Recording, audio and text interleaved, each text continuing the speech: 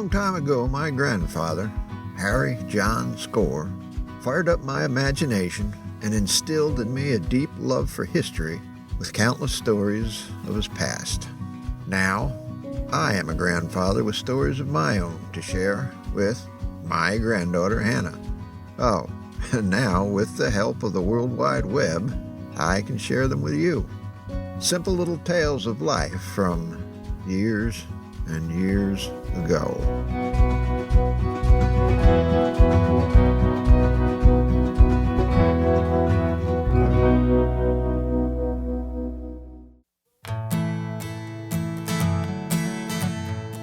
Speaking of Harry John Score, I could write a book about my grandfather.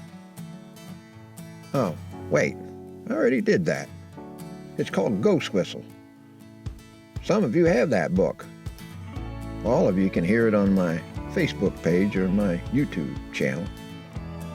However, I should warn you, it's not entirely a true story. After all, it has ghosts in it. What would you expect? Well, all right, so you believe in ghosts. I made up a lot of stuff in it. And someday I'll have to come clean with the real story before the fates strike me with lightning or run me over with a truck. For now, what I'm going to tell you about the man is entirely true. Trust me.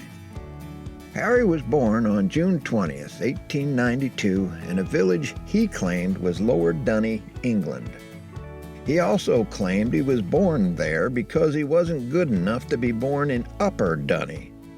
As a child, I never questioned that because, why would I? My grandfather wouldn't lie. After he passed away in 1976, I got curious and tried to find Lower Dunny.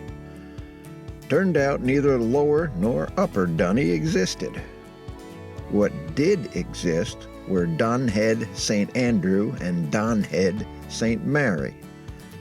St. Andrew was at the bottom of a valley and St. Mary was on top of a hill next to it.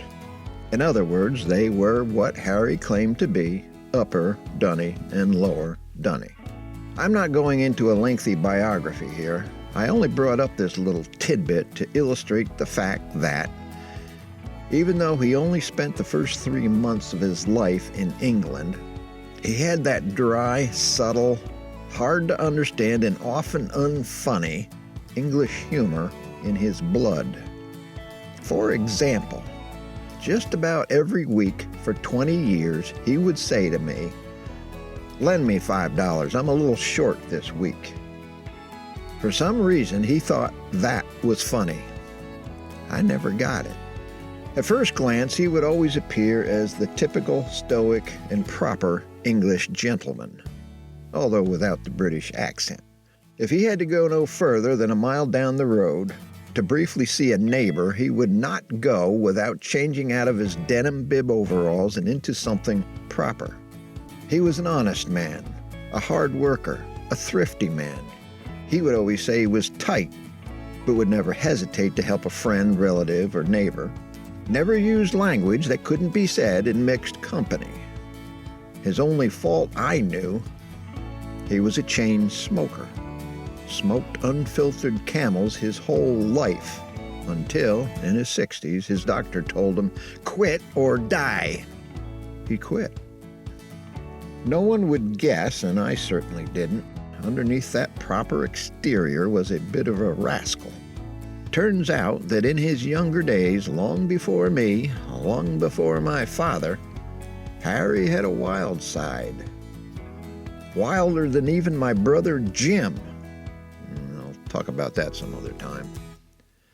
And I never knew about this until long after he passed away. Heard it from people outside of the family.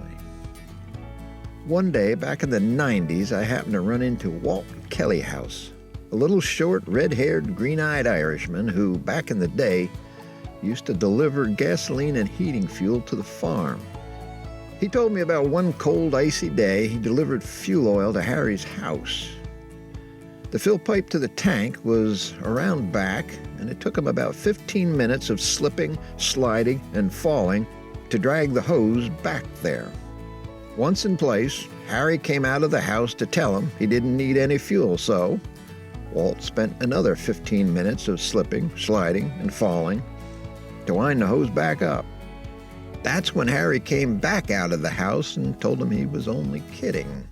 It was at least 30 years later when Walt told me this story, and he was still using the same foul language he used as he struggled with that hose a third and fourth time. If that wasn't enough to expose the man's devilish alter ego, I heard another story from Jack Conroy, a contemporary of Harry who I worked with at Montgomery Agway back in the 70s. Upon hearing of Harry's passing, he remembered something back around the time of World War I. Harry and his brother Will had a threshing machine. They took around to local farms and threshed wheat and oats. One day they were working at Jack's family farm on the outskirts of the village of Montgomery. At the end of the day, they got Jack to bring them home in the Conroy family's horse-drawn wagon. Harry and Will lived in East Coldenham, a distance that scares the hell out of 10 miles away. Today, it's an easy, quick trip down New York Route 17K. 100 years ago, with a horse and wagon, it was a major odyssey. According to Jack, they stopped a little short of their destination at a place called the 7 Mile Inn and started drinking. Harry and Will got Jack drunk and walked the rest of the way home, leaving Jack to fend for himself. They thought it was funny. Jack, on the other hand, wasn't laughing. Although some 50 years later, Jack did see the humor in it. He ended the story with a chuckle, saying, "Thank God that horse knew his way home." There were other stories. Some about drinking, some about gambling, something about dumping all the garbage cans from the top of Broadway, Newburgh, all the way down to the Hudson River. And then there was that prank of changing Jesse Jones's chewing tobacco with dried cow manure. Oh, and finally, there's that thing about the $5. Like I said, I never got it. Until one day, about 10 years after Harry passed into history, I was talking to Bucky Andrews one night. I grew up with Buck. He lived on the farm next to us and knew Harry as well as I did. So I asked him, "Buck, what was Harry's deal about always asking to lend him $5 because he was short money?" Buck knew. "Bob, you idiot!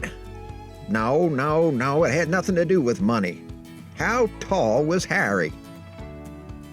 Oh, yep, and that was years and years ago.